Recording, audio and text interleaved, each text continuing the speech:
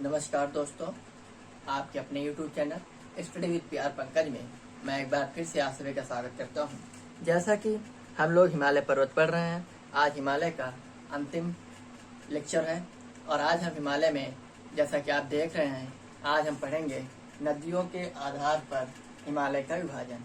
जैसे कि अभी तक हमने हिमालय में पढ़ा है, उनकी चोटियाँ, उनकी पर्वत श्रेणियों के आधार पर हिमालय का विभाजन।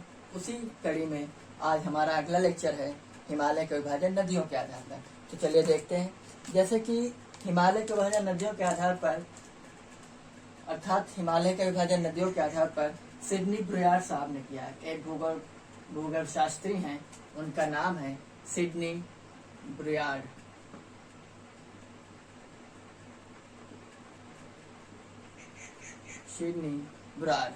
सिडनी ब्रुयार्ड साहब ने नदियों के आधार पर हिमालय का विभाजन किया है। जैसे कि आप चित्र में देख रहे हैं, ये है, आप डायरेक्ट चित्र से समझिए, ये है मानसरोवर झील और मानसरोवर झील के ही बिल्कुल समीप एक है चेमा युंगडुंग ग्लेशियर। चेमा युंगडुंग ग्लेशियर से सिंधु नदी निकलती है, लेकिन मैंने एक ही स्थान सिंधु और सतलज को निकाल दिया है, सिर्फ समझिएगा।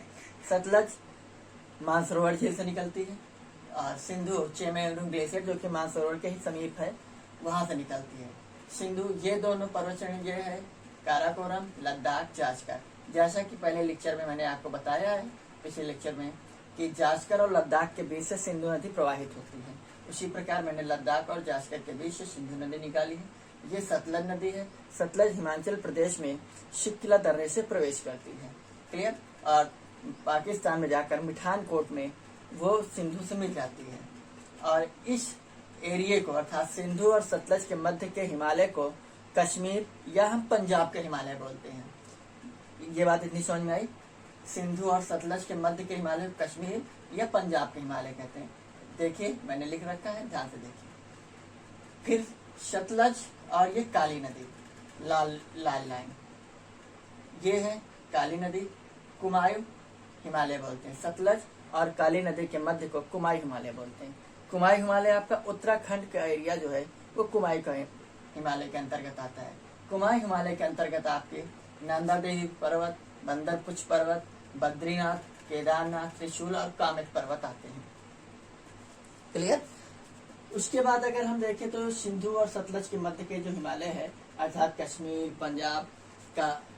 या पंजाब के हिमालय, वहां पर एक कुछ प्रमुख स्थान है। वैष्णो देवी का मंदिर, अमरनाथ गुफा, जरार शरीफ, ये तीनों ही काफी ज्यादा पर्यटन के क्षेत्र के लिहाज से काफी महत्वपूर्ण स्थान है।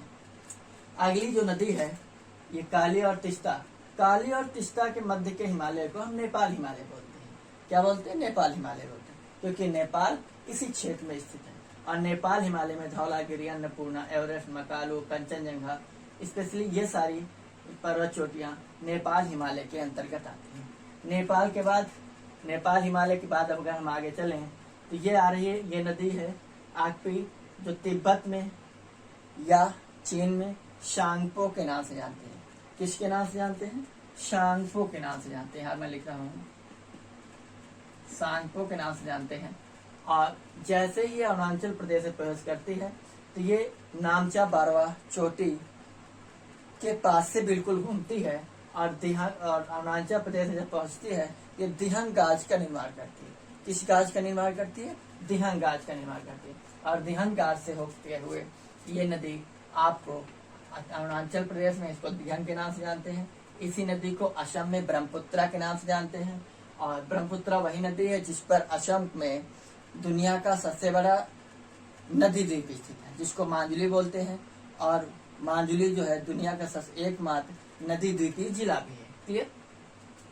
असम में ब्रह्मपुत्रा बोलते हैं। और जैसे बांग्लादेश में पहुंचती है ब्रह्मपुत्रा, तो इसको जमुना के नाम से जानते हैं। ब्रह्मपुत्रा में आकर एक नदी मिलती है जिसका नाम है तिस्ता। तो इस तिस्ता और ब्रह्मपुत्रा के मध्य के हिमालय को हम असम हिमालय बोलते हैं, जैसा कि मैंने लिख रखा है, क्लियर। और दूसरी चीज ये है कुछ पूर्वोत्तर भारत की चोटियां, जैसे कि पिछले लेक्चर मैंने बताया था। अरुणाचल प्रदेश में हिमालय पर्वत की छोटी छोटी चोटियां हैं, तो उसमें अरुणाचल प्रदेश उसको हम पटकोई बूम के नाम से जानते हैं। नागालैंड में नागा पहाड़ी के नाम से जानते हैं। और इसको मणिपुर में लैमाटोल और मिजोरम में लुसाई या मिजो पहाड़ी के नाम से जानते हैं। क्लियर? ये है, जैसा कि मैंने आपको बता रखा है, ये है मेघालय, और मेघालय में स्थित हैं 3 प्रमुख पहाड़ियां। पश्चिम से पूर्व में इनका विस्तार है गारो, खासी, जयंतिया, अर्थात सबसे पहले गारो, फिर खासी, फिर जयंतिया। खासी पर ही दुनिया का सर्वाधिक वर्षा वाला स्थल मासिन राम स्थित है, और खासी पर ही मेघालय की राजधानी शिलांग स्थित है। जैसा कि मैंने बताया था, अरुणाचल प्रदेश में 4 पहाड़ियां हैं, डफला, मिरी, अबोर, मिश्मी। और ये एक्चुअली में जो पहाड़ियां, इनके जो नाम है वहां पर पाई जाने वाली जनजातियों के नाम पर होते हैं। क्लियर? वैसे ही जो मेघालय में पहाड़ियां पाई जाती, गारो, खासी, जयंतिया, ये मेघालय में स्थित जनजातियां हैं। जो जनजाति जिस पहाड़ी पर रहती है, उस पहाड़ी का नाम उसी जनजाति के नाम पर रख दिया गया है। क्लियर? तो चलिए एक बार हम फिर से देख लेते हैं सरसरी नजर से। सिंधु और सतलज के मध्य के हिमालय को कश्मीर या पंजाब का हिमालय बोलते हैं। उसके बाद सतलज और काली नदी के मध्य के हिमालय को हम कुमायूं का हिमालय बोलते हैं। उसके बाद काली और तिस्ता के मध्य के हिमालय को हम नेपाल के हिमालय बोलते हैं। तिस्ता और दिहंग के मध्य के हिमालय को हम असम का हिमालय बोलते हैं।